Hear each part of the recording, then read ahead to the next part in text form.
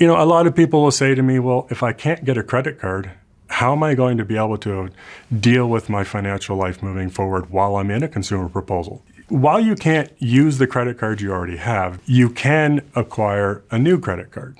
It's called a secured credit card. And a secured credit card is reported on your credit bureau, so it's rebuilding your credit while you're in a proposal.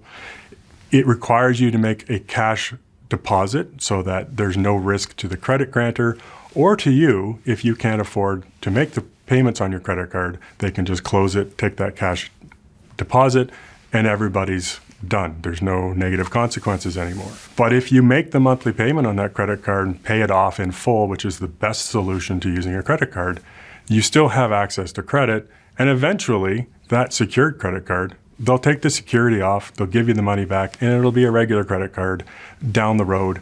All of this is rebuilding your credit and making your financial future brighter.